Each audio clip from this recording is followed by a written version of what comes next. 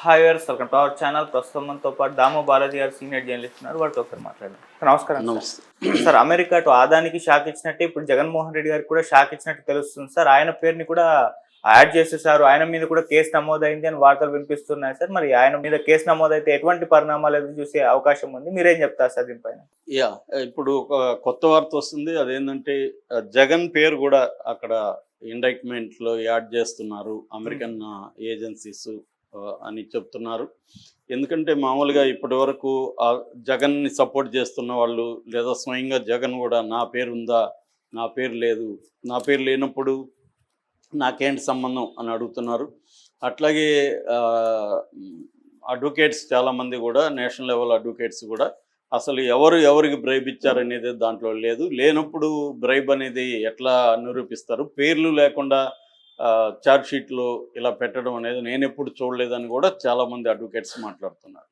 అందుకని ఇప్పుడు ఆల్రెడీ 10 రోజులు అయింది కాబట్టి ఇప్పుడు అమెరికన్ ఏజెన్సీస్ FBI కానీ వాళ్ళు జగన్ పేరు పెట్టారు, ఎవరు ఇచ్చారు అనేది కూడా క్లియర్గా అదానీనే జగన్కి ఇచ్చాడు అనేది వాళ్ళు పెట్టారని చెప్తున్నారు. అయితే దానికి సంబంధించి ఇంకా డాక్యుమెంట్ అయితే రాలేదు, కానీ అమెరికా నుంచి కొంత వార్తలు అయితే వస్తున్నాయి జగన్ పేరు పెట్టారని. సో ఇప్పటి వరకు మనం అంటే నవంబర్ 20న ఈ ఇండక్ట్మెంట్ అనేది ఛార్జ్ షీట్ అనుకుందాం, ఛార్జ్ షీట్ అనేది వచ్చింది అమెరికన్ ఏజెన్సీస్. అక్కడ ఏంటంటే ఫారిన్ కరప్ట్ ప్రాక్టీసెస్ యాక్ట్ కింద అదానీ మీద, అజూర్ కంపెనీ మీద, ఈ రెండింటి మీద పెట్టాయి. వాళ్ళు ప్రధానంగా ఎందుకు పెట్టారంటే అదానీ అక్కడ ఫండ్స్ని కలెక్ట్ చేశారు. దాదాపు 2.5 బిలియన్ USD అంటే అమెరికన్ డాలర్స్ను అక్కడ ఇన్వెస్టర్ల దగ్గర, అక్కడ బ్యాంక్స్ దగ్గర, అక్కడ ప్రైవేట్ ఫర్మ్స్ దగ్గర నుంచి కలెక్ట్ చేశారు. వాళ్ళ దేశంలో ఎవరైనా ఫండ్స్ కలెక్ట్ చేస్తే ఆ కలెక్ట్ చేసిన కంపెనీ కానీ వ్యక్తి కానీ ప్రపంచంలో ఎక్కడైనా అవినీతికి పాల్పడితే అది వాళ్ళ దేశ చట్టం కింద నేరం అవుతుంది. కాబట్టి అదానీ అండ్ అజూర్ కంపెనీ అయితే అక్కడ స్టాక్ ఎక్స్చేంజ్లో కూడా రిజిస్టర్ అయిన company Azure Global Power Limited, Adani Greens Private Limited, Green Energy Private Limited. So ఈ రెండు కంపెనీలు అక్కడ ఈ మాల్ ప్రాక్టీస్ అంటే అక్కడ ఫండ్స్ కలెక్ట్ చేసి ఆంధ్రప్రదేశ్లో కావచ్చు, తమిళనాడులో కావచ్చు, ఛత్తీస్గఢ్, ఒరిస్సా, జమ్మూ కాశ్మీర్లో వీళ్ళు బ్రైబ్స్ చేశారు అనేది ప్రధాన ఆరోపణ. ఇందులో ఒక సివిల్ కేసు ఉంది, ఒక క్రిమినల్ కేసు ఉంది.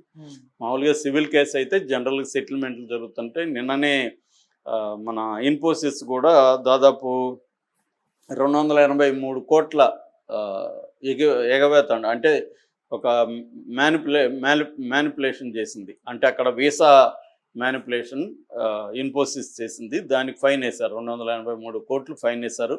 ఇట్లాగా మనకి అనేక కంపెనీలు అమెరికన్ రూల్స్తో కరెక్ట్గా పాటించకపోతే అమెరికాతో డీల్ చేసేటప్పుడు వాళ్ళు ఫైన్ వేస్తుంటారు. ఈవెన్ చివరికి మన ఊరగాయలు కరెక్ట్గా వాళ్ళ స్టాండర్డ్స్ లేకపోతే కూడా ఫైన్లు పడే సందర్భాలు ఉన్నాయి. అందుకని ఫుడ్ కూడా ఎక్స్పోర్ట్ అమెరికాకి చేసేటప్పుడు ఇక్కడ కన్జంప్షన్కి వేరే రకమైన స్టాండర్డ్స్ ఉంటే అమెరికాకి చేసేటప్పుడు చాలా తరవుగా దాన్ని చూసి పంపిస్తారనమాట.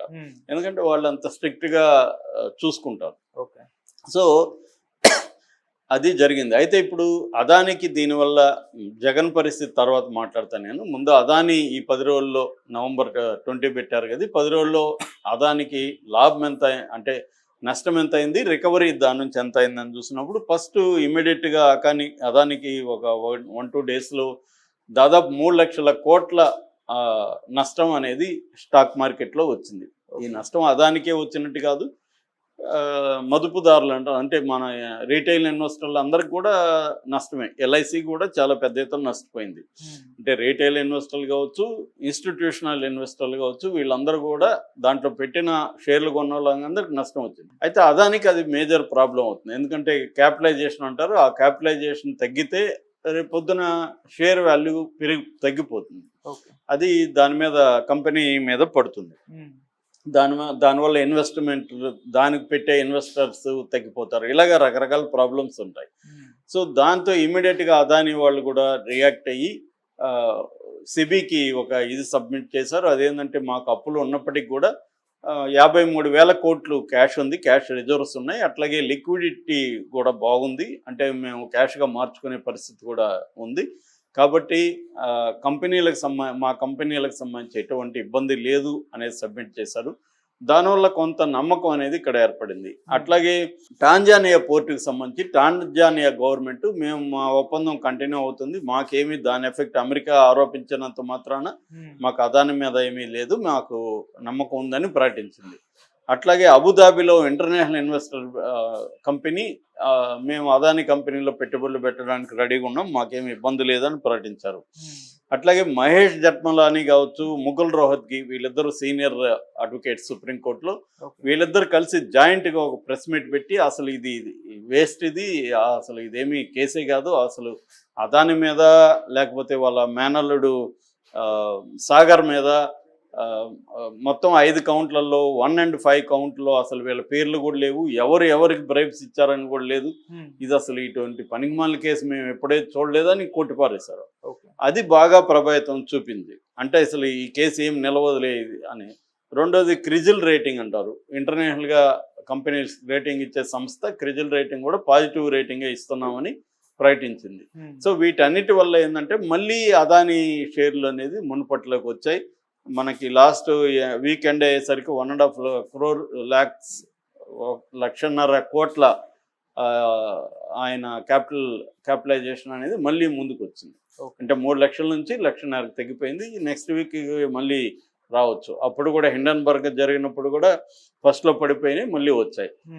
అంటే ఒక పక్క బీజేపీ ప్రచారం చేస్తుంది పెద్ద ఎత్తున, అట్లాగే పార్లమెంట్లో కూడా బీజేపీ అసలు మాకు దానికి సంబంధం లేదు, ఒక ప్రైవేటు వ్యక్తి మీద ఒక అమెరికన్ ఇది పెట్టింది, దానికి మాకేం సంబంధం, అదాని అప్పగించమని ఏమన్నా వాళ్ళు అడిగితే అప్పుడు మేము రూల్స్ బట్టి కేసును స్టడీ చేసి అప్పగించాలి లేదన్నది ఆలోచిస్తాం. ఇప్పుడు మాకు అసలు సంబంధం లేదు, మేమేం మాట్లాడాలి దాని గురించి, అదేదో ప్రైవేటు వ్యవహారం అని తేల్చేసింది. కాబట్టి ఈ రకంగా అదానికి అనుకూలంగా మీడియా కూడా అదానికి అనుకూలమైన మీడియానే ఎక్కువ ఉంటుంది. ఎందుకంటే ఈ దేశంలో మీడియా మెయిన్ స్ట్రీమ్ మీడియా అంతా కూడా అంబానీ చేతిలో అదాని చేతిలోనే ఉన్నాయి. ఫర్ ఎగ్జాంపుల్ లేటెస్ట్గా ఎన్డీటీవీ అదానినే తీసుకున్నాడు. అందుకని మీడియా మేనేజ్మెంట్ కూడా వాళ్ళు ఒక పిక్చర్ క్రియేట్ చేశారు. ఇదేంటంటే అమెరికాలో ఉండే కొన్ని బైడెన్ వెళ్ళిపోతూ బైడెన్ ఏంటంటే ఎవరు ట్రంప్కి అనుకూలంగా ఉన్న వాళ్ళ మీద అంతా ఈ చర్యలు తీసుకుంటున్నారు, ఈయన అదాని ట్రంప్కి శుభాకాంక్షలు తెలియజేశాడు, విషయం తెలియజేశాడు కాబట్టి ఈయన మీద అని చెప్తున్నారు. అయితే అదానికి నష్టం జరగలేదు దీనివల్ల అంటే జరిగింది. ఆల్రెడీ కెన్యా 2 ప్రాజెక్టులని క్యాన్సిల్ చేసుకుంది, ఒకటి ఎయిర్పోర్ట్ ప్రాజెక్టు, రెండోది పవర్ ప్రాజెక్ట్స్, ఈ 2 క్యాన్సిల్ అయిపోయినాయి. అట్లాగే ఫ్రెంచ్ కంపెనీ వచ్చి దాని పేరు ఫ్రెంచ్ కంపెనీ కూడా దీనికి పెట్టుబడులను మేము విరమించుకుంటున్నాం అని చెప్పింది. టోటల్ ఎనర్జీస్ అనే ఒక ఫ్రెంచ్ కంపెనీ. సో వాళ్ళు ఇప్పటి వరకు 20% ఈ గ్రీన్ ఎనర్జీస్లో పెట్టున్నారు, దాన్ని అయితే విత్డ్రా చేసుకోవట్లేదు, కానీ ఫ్రెష్గా మేము పెట్టడం అని పాజ్ చేస్తున్నాం, పాజ్ అంటే ఆపుతున్నాం అనేది చెప్పింది. దానివల్ల కూడా అదానికి ఇబ్బంది అవుతుంది. అట్లాగే అమెరికాలో ఉండే కొన్ని ఇన్వెస్టర్ కంపెనీలు అదాని దీంట్లో పెట్టుబడులు మేము పెట్టమని ప్రకటించేస్తాయి. అట్లాగే బంగ్లాదేశ్లో కూడా ఈయన పోర్ట్ నిర్మిస్తున్నాడు, హసీనా ఉన్నప్పుడు, దాన్ని కూడా వాళ్ళు పెండింగ్లో పెట్టారు. ఇక క్రెడిట్ రేటింగ్ సంస్థ పిచ్ అనే ఒక క్రెడిట్ రేటింగ్ సంస్థ ఆల్రెడీ అదానికి నెగిటివ్ రేటింగ్ ఇచ్చింది. అట్లాగే అమెరికాలో ఇంటర్నేషనల్ డెవలప్మెంట్ ఫైనాన్స్ కార్పొరేషన్ అని ఉంది, డిఎఫ్సి అంటారు, అది కూడా దాదాపు 553 మిలియన్ల అమెరికన్ డాలర్స్ శ్రీలంక ఎయిర్పోర్ట్కి సీపోర్ట్కి కన్స్ట్రక్షన్కి అదాని కంపెనీలో పెట్టుబడులు పెట్టడానికి ఇంతకుముందు రెడీ అనేది, ఇప్పుడు వాళ్ళు కూడా విత్డ్రా అయ్యారు. ఇలాగా ఎందుకంటే 70% ఫైనాన్సెస్ అదాని ఓవర్సీస్ నుంచే కలెక్ట్ చేస్తారు. ఇప్పుడు అందులో మేజర్ పార్ట్ పెండింగ్లో పడింది. సో అదాని ఈ కేసును క్లియర్ చేసుకోకపోతే ఆయనకి ఇబ్బంది అవుతుంది. సో ఇప్పుడు అదానితో జగన్ది ముడిపడి ఉంది, అదాని క్లియర్ చేసుకుంటే జగన్ కూడా క్లియర్ అవుతుంది, అదాని కానీ కేసులు ఇరుక్కుంటే జగన్ కూడా ఖచ్చితంగా ఇరుక్కునే అవకాశం ఉంది. మోడీ కూడా దీన్ని ఇప్పటి వరకు అదానితో ఉన్నాడు కాబట్టి జగన్కి ఆ మేరకు ఇబ్బంది లేదు.